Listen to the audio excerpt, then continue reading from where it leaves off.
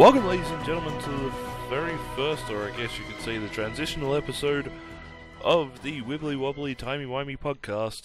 I am Karl, the Dr. Smart, and then we also have our head of film and television, Sara, also a doctor, because the doctor can be anything that they goddamn want. Yep. This will be a bit of a recap podcast about the Doctor Who, and what better time to start it at the transition of not only a new Doctor, but new showrunners, new writers, new directors. So basically the first time of the full transition since the series restarted itself in 2005. And while this sort of didn't really seem like much of a story to sort of kick things off, like it wasn't an action-packed, it was a nice, essentially what it was just a bit of an internal struggle. For those of you who want like a little bit of a recap of the 12th Doctor, oh no, 13th. 13.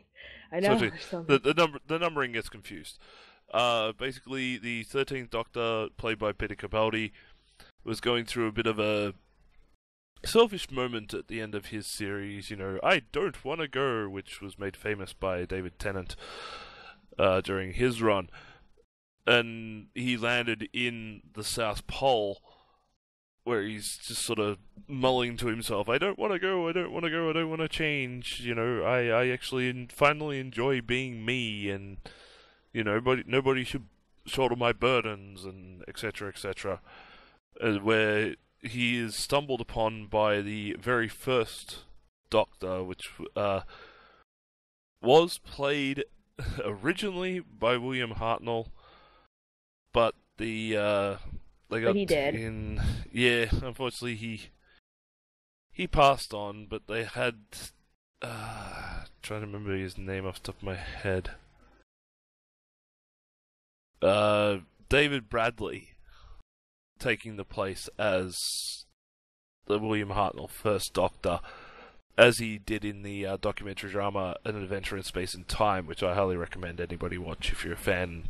Just want to see how Doctor Who got off the ground and the filming of that first lot of serials with William Hartnell. So that brings us into the story here with, you know, the Christmas, the whole Christmas thing, where the two encounter each other. Obviously, there's a bit of confusion because Hartnell doesn't understand regeneration, and the first doesn't understand the idea of regeneration, as it is the first time he regenerates. So it's sort of like he doesn't understand why he's encountering the 13th. No, he's the 12th. Well, he's the 12th if you don't count the War Doctor. Well, like technically you don't. Yeah, I guess, because it's kind of a retcon. Yeah. Really weird. Well, the War Doctor was meant to be the Doctor who doesn't take the name. Technically. So technically, Capaldi is 13th in incarnations, but he's 12th in official. Yeah. It's just real weird. We'll stick with 12. 12 is fine. We'll stick with 12. So, we actually have the start of everything between two stories. So obviously we have the 12th going, I don't want to regenerate, I don't want to do it. But the actual episode starts with a very nice recreation of the ending of the first Doctor's final serial, The 10th Planet, which was broadcast in October 1966. But instead of undergoing his first regeneration, he goes, you know, instead I'm not going to do it. And that's where he encounters the 12th and everything. And all of a sudden, like while the two are conversing, a injured World War I British captain approaches them and is like, oh, either of you a doctor? Well, yeah, there's two of them. And then it goes into like really weird thing about glass humanoid aliens who Yeah, the go testimony. the testimony, who go through all of space and time collecting people from history, recording their memories. They're essentially like they're basically a floating version of the library, and it just Yeah. records everybody's memories and for catalog and for research. It turns out that the testimony were a creation in like the was it the 500 millions or Yeah, something? something like that. For 50 million's ridiculous number. Yeah. So they were having issues with the timeline all of a sudden because of the first Doctor saying, "I'm not going to regenerate," all of a sudden, and it sort of fucked with the timeline. Thus, they couldn't return the British war captain to the original point in time where he was going to die. So they had tracked him down to where the two Doctors were, and they offered to exchange the British captain for Bill Potts, which was the last companion of the 12th. But over the time, it's like revealed that the Bill Potts that they see is based off the memories of the real Bill Potts who died during the events of the very last the encounter with the Cybermen, which was the previous episode with the 12th Doctor. So that was sort of the main crux of the plot. Obviously, yeah. There's little callbacks in this. Like the 12th Doctor goes and meets with the road Dalek Rusty, who has learnt, to hate the Daleks and everything to try and get the information about the testimony and everything like that. And a lot of it is just the first and the 12th arguing with each other, basically. But it also shows some interesting psychological and social aspects between the two generations, which you sort of get through the series, which we'll get into it in a little bit. But they go through after they find out what the testimony do, and taking people at last moments, recording their memories, and then putting them back to die. Of course, the Doctor, the 12th, being I don't like people dying on my watch. I need to find some way to screw this over so that the captain will live.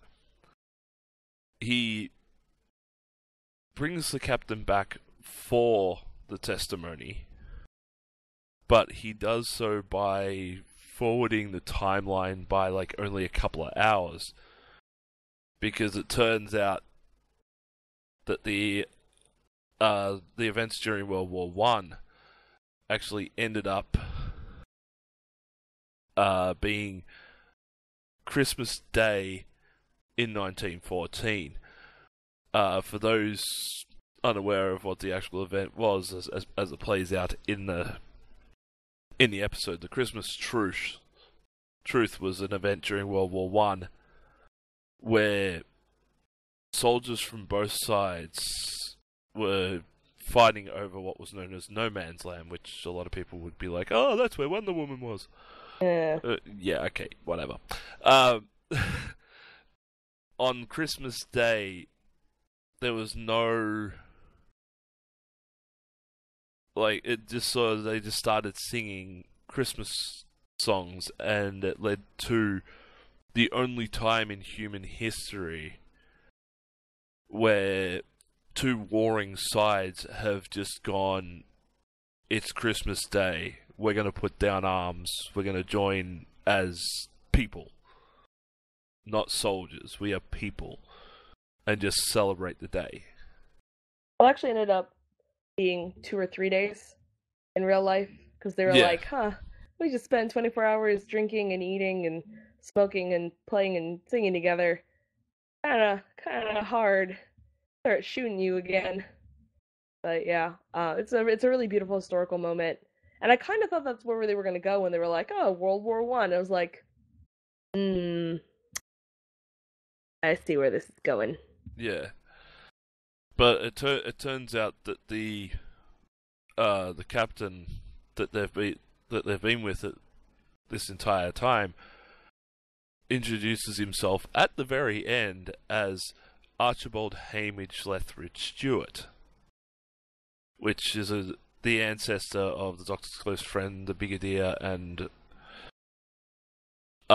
Kate Lethbridge Stewart, who runs UNIT. So it's like, oh, I have a chance to save somebody who's not only close to me as the Doctor, but whose lineage is crucial to human history, behind the scenes type thing. So,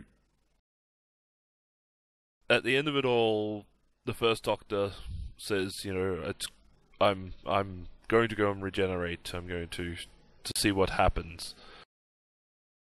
And the 12th is like, well, I can't really tell you anything about what I'm going to do because, you know, spoilers. But you'll find out the long way around. It's like, okay, stop being a dick. Like, dude, it's fine. Maybe give him a couple of heads up. That would be great. Yeah. Save him a lot of heartache. Yeah, and then you get the obvious, as I like to say, you know, you can give Moffat all the shit in the world, but when it comes to that heartfelt goodbye to a Doctor, he does it spectacularly, and he does it excellent in this one as well, because the 12th gets to say goodbye to Bill, he gets to say goodbye to Clara, he gets to say goodbye begrudgingly to Nardole. Who I still like better than Clara any day of the week. Oh yeah. I was watching it with my girlfriend, and she started getting all excited and clapping when Nardole came back. Like she loved Nardole. So yeah, they get to say the goodbyes, and the 12th goes back into the TARDIS, and it's like, okay, I'm gonna use my final moments to give you some advice, and you know, be good. You know, love is the greatest power in the universe, etc., etc. Kindness and cruelty and Yeah, be a good person. Don't be a dickhead. So 12 was solid part dickhead. Yeah, exactly. And then, like, the regeneration happens, and of course we get the switch over to the new Doctor, Jodie Whittaker. So, and she's just sort of like, oh, okay, push one button, and well, ends up the TARDIS goes sideways and kicks her out the door, and she's like tumbling to Earth, while the ship dematerializes. God only knows what's going to happen to that. So that was the cliffhanger for the end of the episode. So, what did you think about the episode overall, Sarah? I think I should give a little background as to what my Who habits are, because my Who habits and your Who habits are different. I started watching the show right when 11 came out. That's the Matt Smith era.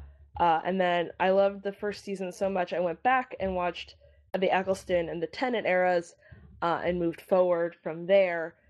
And then I started watching 12, but I found Clara, I found her to be such a fucking Mary Sue, which, again, as Karl knows, is not a term that I throw around often.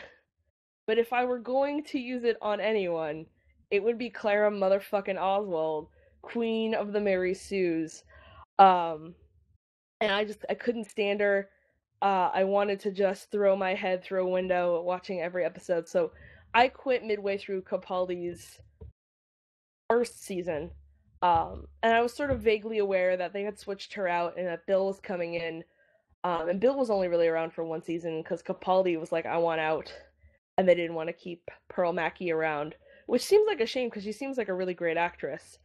So I'm coming into this with like no real affection for Capaldi other than like I like his aesthetic, like the old angry bitter aesthetic. I'm like I'm here for it. I'm here for old angry dude trying to save the world with his like mean angriness. So I have to say, for me, I thought that this episode was very Moffat. I think Moffat watched 10 and what Russell T Davies did with 10 not wanting to go, and he's been trying to kind of replicate that like sorrow ever since about dying. Because even 11 was like, I don't want to go. I'm not ready, and I'm just like, okay, cool. That's dying is scary. I get that, Matt Smith. And then he did the same with Capaldi, and I was just like, oh Jesus Christ, Moffat, come on. Um, so I thought it was really anticlimactic in the sense that like that the testimony doesn't turn out to be anything, at least as far as we know, anything really big. That there's no really big emotional. They weren't even evil. Yeah, they're just there. It's like there's no mystery. It's just like they're historians. They're time traveling historians, and even the 12th, when he finds out this information, is like, well, okay, I can't do anything with this because technically it's not an evil plot. Yeah. So I'm screwed. Yeah, basically, like there's nothing. It was like, oh, these mysterious people, and what are they doing? And they're fucking nothing. They're not doing anything. They're being boring. And I was just like, Moffat, did you get bored? Were you bored, Moffat? Did you just not know how to do this anymore? It just felt like a huge letdown. I was just like, I think that it was more Moffat going, you know what, this is my final episode, I'm going to make it as subdued as possible, because, as you mentioned, you dropped out at the start of Tennant's run. Sorry, not Tennant's, Capaldi's run. And seasons 2 and 3 of Capaldi's run got very weird. And Capaldi went from being this gruff, sort of almost old school style doctor, to being what Matt Smith was, the very skittish, very over the top, hey, I'm a fun guy type doctor at the end. Boo. They make reference to it with the guitar and everything, and the sonic glasses and all that type of stuff. That was all trying to lighten up Capaldi, because everybody at the time after the first season was going, oh, Capaldi's he's not interesting, he's too boring, he's too much of a grumpy guy. And it's like, well, okay, look back at some of the original Doctors, and you'll notice that they were very grumpy. Yeah, exactly. Eccleston was a bit grumpy. Tennant was when he first began. A lot of you go back to like first, second, and third, they're all very grumpy style as well. And that's what Capaldi was supposed to be. Capaldi was supposed to be a return to the original style of Doctor Who. It's just that, as per usual, people bitch, whine, and complain, especially a lot of newer people who jumped on. Especially, I find it comes mostly from the Tennant crowd. Those who came in with Tennant really are the loudest contingent, because they want everything to be like Tennant. Like very true.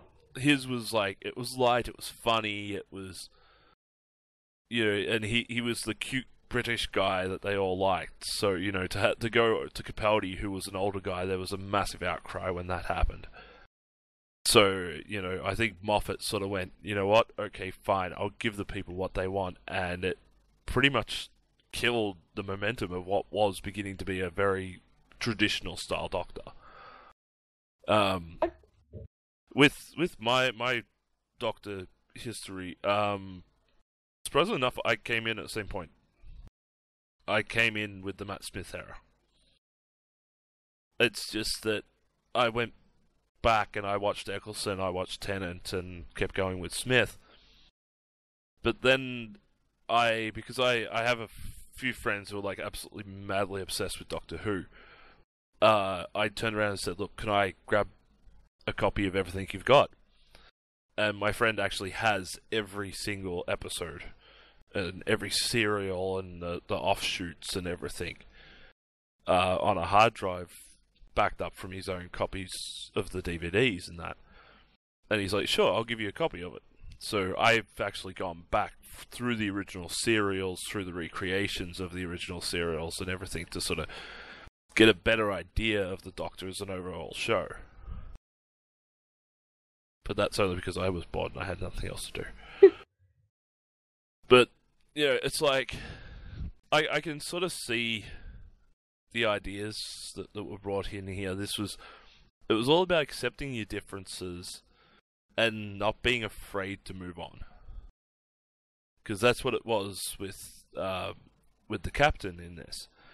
He was very, I don't want to die, I wish I could talk to my enemy because he doesn't speak English, I don't speak German, but, you know, I'm sure if we could actually speak to one another, we would actually be at a point where we would put our guns down and walk away. Because neither of us wants to die.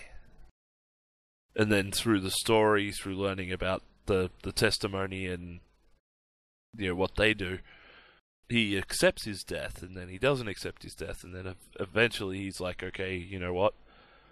If history deems me to die, there's not much I can do about it, so I will finally accept my fate. But then he ends up being saved by the timeline being put forward a few hours. So that was sort of the lesson of the show, was just accepting to be able to move on and start anew.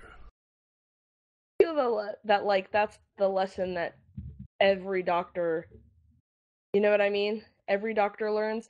Like Tennant learned it but like a slight variation on it when he like lost his mind and was like, I decide who lives or dies, like saving the people on that random like doomed mission. And then Smith had a similar idea where like he was like, I'm gonna grow old in this town and fuck all this shit and it doesn't matter, I'm not gonna regenerate. You know, where he was like old scary grandpa in the fucking attic. I was just like, okay, I get it, dying is scary. I mean, nobody wants to die, right? The idea of mortality in any sense is hard, but like you have to wonder, like, we've done this plot line 3 fucking times. But that seems to be the thing. It's every Doctor gets to that point. Even Eccleston got to that point where he's like, okay, you know, I'll have to accept what's going to happen. Yeah, but at least I don't know, he felt more gracious. Like, Tennant just lost, like, Tennant was just like, nope, no, I'm not doing it. No, fuck y'all. And then Matt Smith actually, he's the only one who succeeded at saying fuck this. By the way, Tennant's the only one who doubled up on a regeneration. Yeah. Well, and then he almost killed Donna, but you know. Yeah. So let's not hand out too many congratulations there. And then Matt Smith was like, I'm just gonna hide out for like forever. Okay. And he does, and it's just, you know, how many times we have to learn this lesson? Like, you know, you're not actually going to die. You're just going to be different. Like, it's weird because obviously we as human beings live with a sense of finality. Like, you're dead and you're dead. Yeah. Like, there's no coming back, unless zombies end up being real. But even then, not really. Yeah. But it doesn't quite work that way with a Time Lord, though. It's like we live our lives, we die, and if if you're one of those people who believes in reincarnation, you don't reincarnate with your memories intact, or you don't get your memories back at a later point like a Time Lord does. Because they get their base accumulation of knowledge back after a while after the regeneration is finished. So they remember. They'll be a little. Every one of them has a different personality and a different look, a different style, and they might even have different morals. But they have that base knowledge. They remember who they were throughout the years, and that's sort of one of the other things that was touched on was the 12th said at one point, you know, don't I deserve a rest? And they're like, yeah, you do deserve a rest, but are you really going to let yourself rest? And he's like, you know what? On the second thought, I'm not gonna, because it was one of the testimony that said, you know, we can take your memories, we can let you rest. And he's gone, hold on a minute. If my memories get put into something like that, I will destroy it. Basically. 12 lifetimes, 13 lifetimes of knowledge and memories and everything. You can't contain that into one thing. It would destroy it. So I have to keep going because at this point I've been going too long. Yeah, I was a little bit more receptive to that aspect of it, rather than like I personally don't want to go.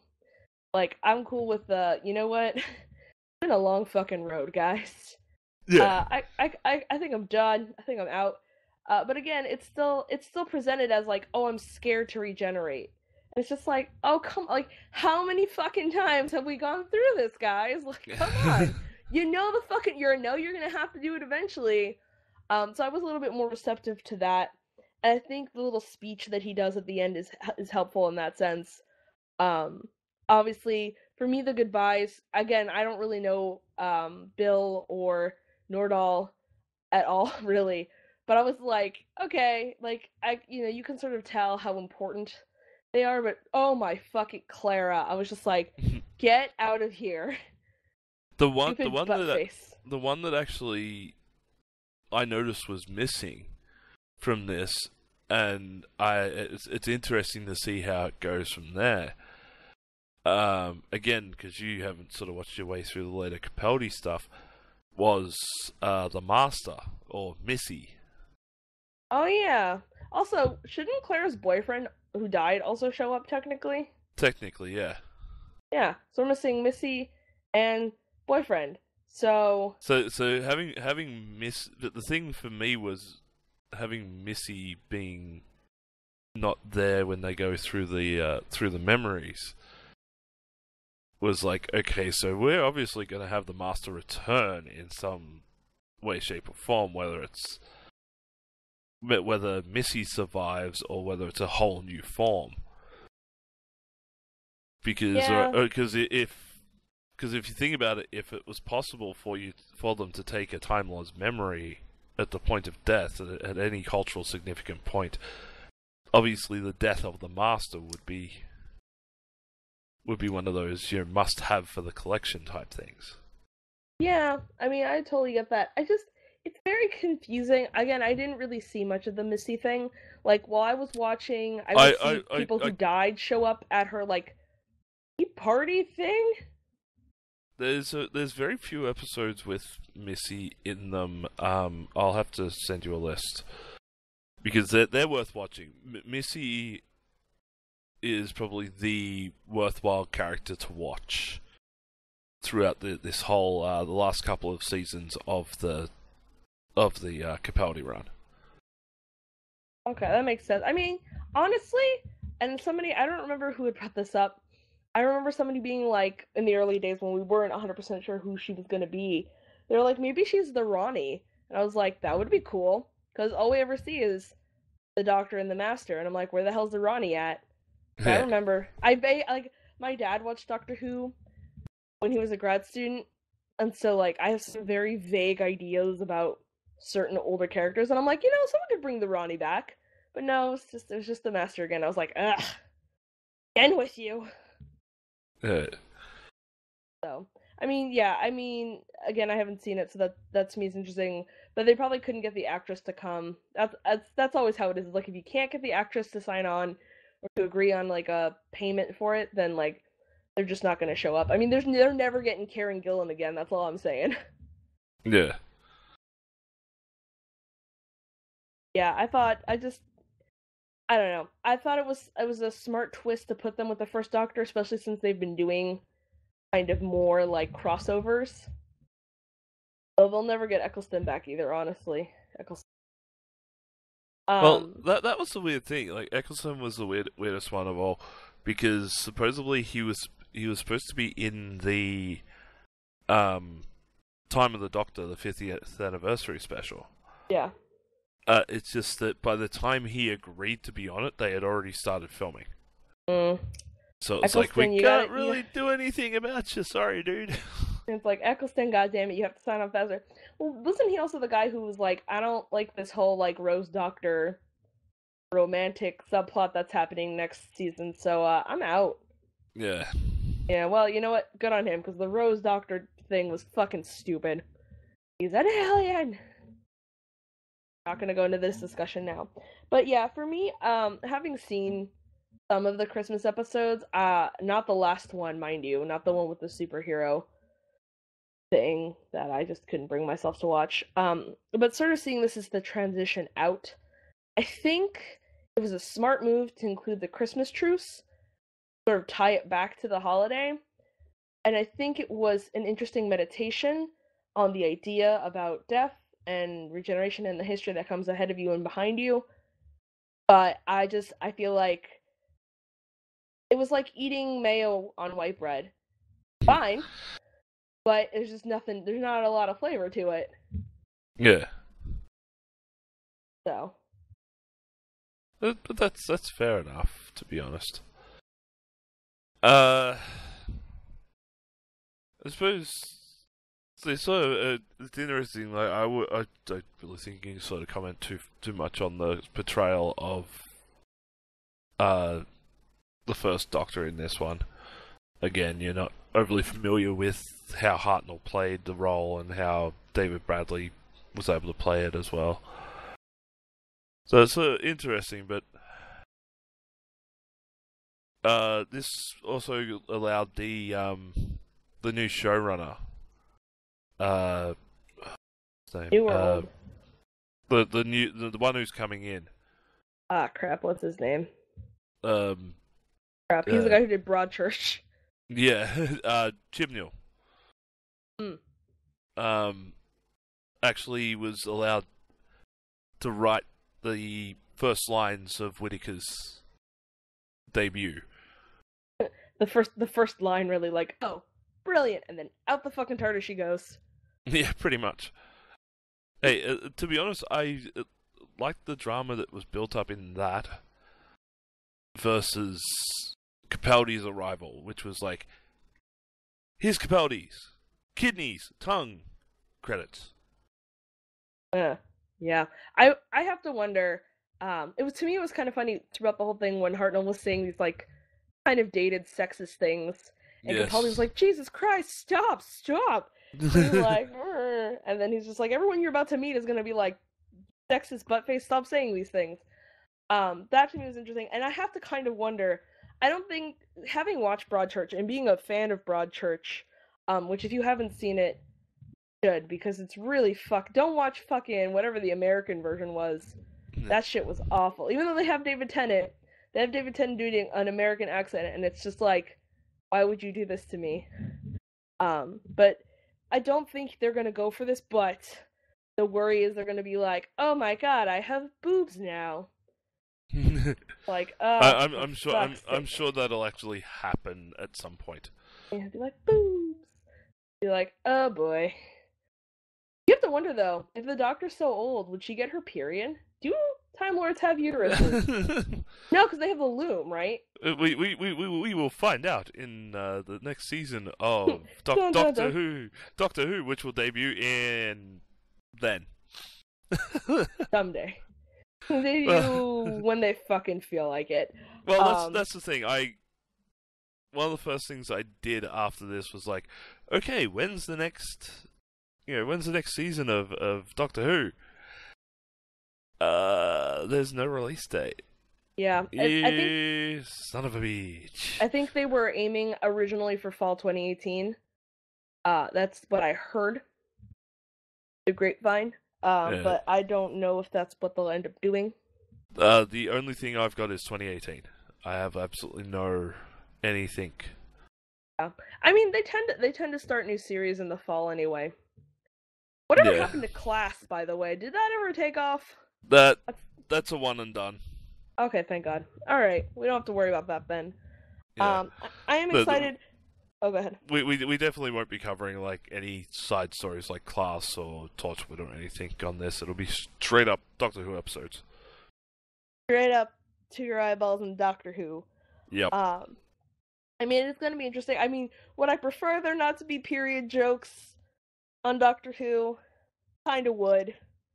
Uh, that would just be. I can't see them taking that to a place that I would be okay with. Just, I don't think anybody really wants to hear about periods, and I really don't want to hear the, oh no, she's off her rocker because she's on her period, as though, like, periods somehow magically make you illogical. There's gonna be something, there's gonna be at least a reference or a question or something, and it's gonna come from a long-time character who's known the Doctor for many years.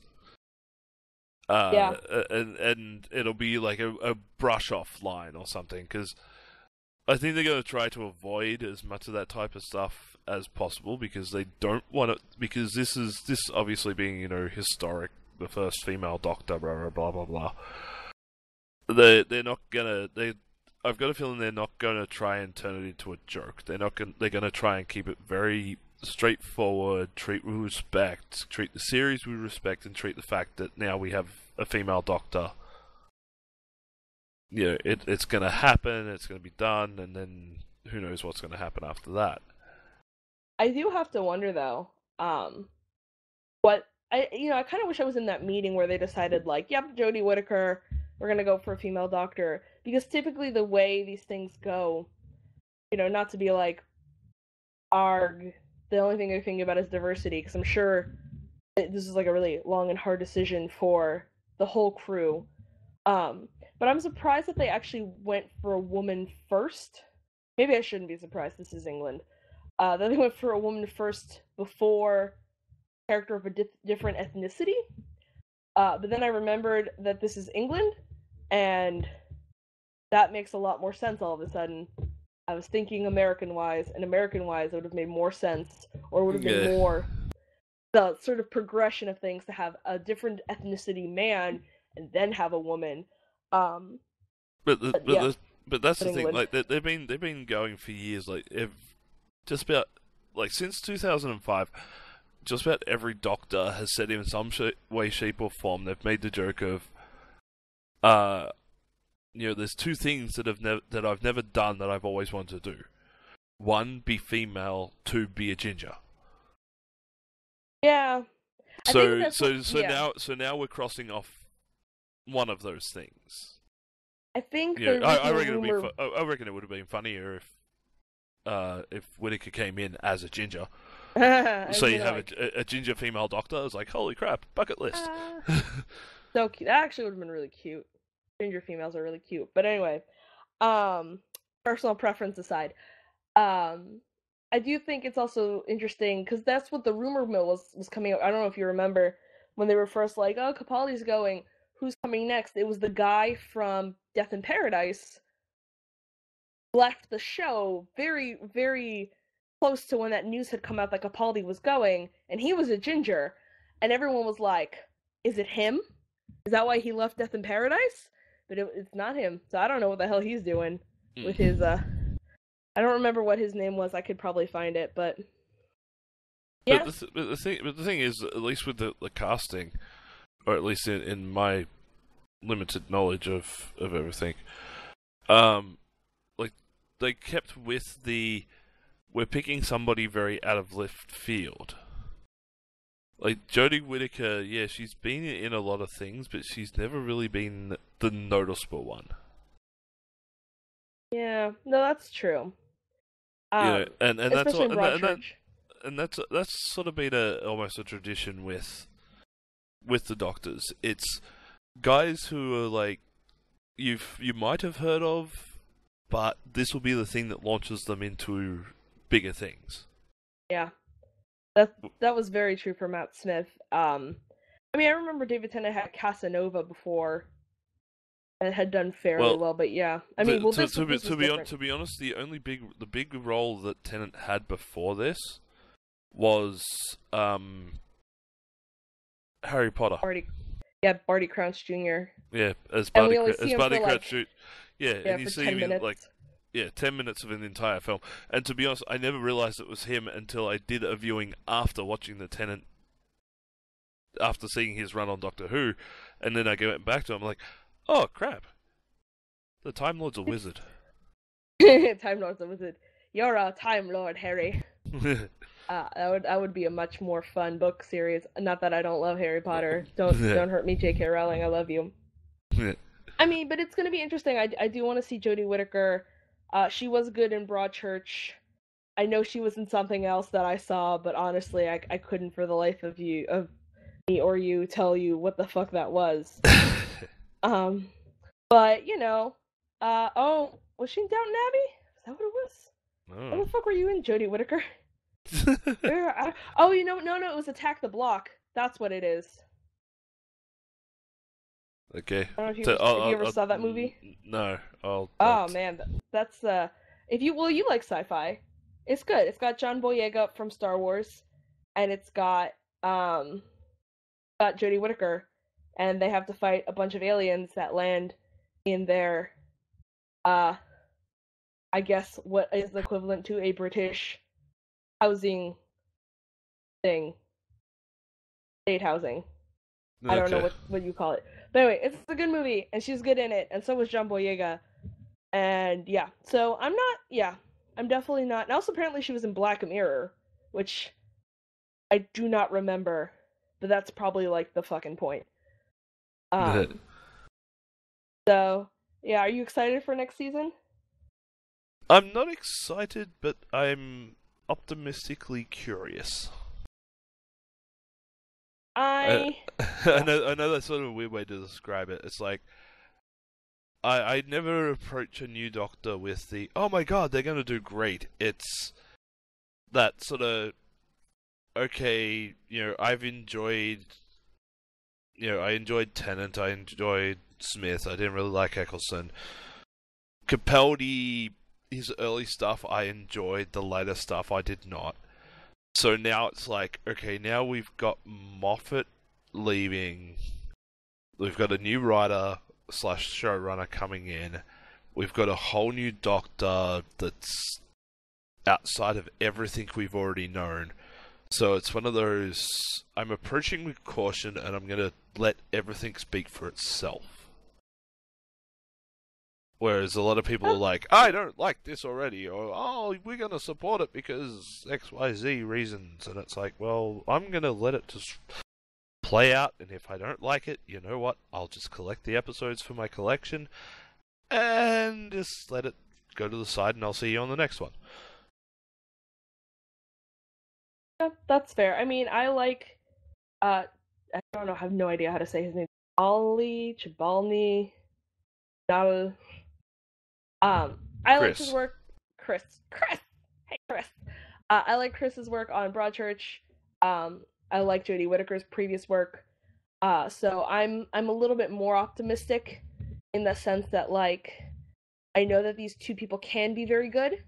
That doesn't mean they will be very good, but they have the potential. And as far as I know, Chris is not the self-insert the way Moffat likes to be. Yeah. Casting all the young girls who are falling for the quirky, hip, young Doctor, that was a fucking nightmare. But I am very excited to see what he can do, because he, unlike Moffat, has proven to be a good sort of he's like Russell T Davies in the sense that he can run the marathon, set up the season-long arcs that really have a fantastic payoff.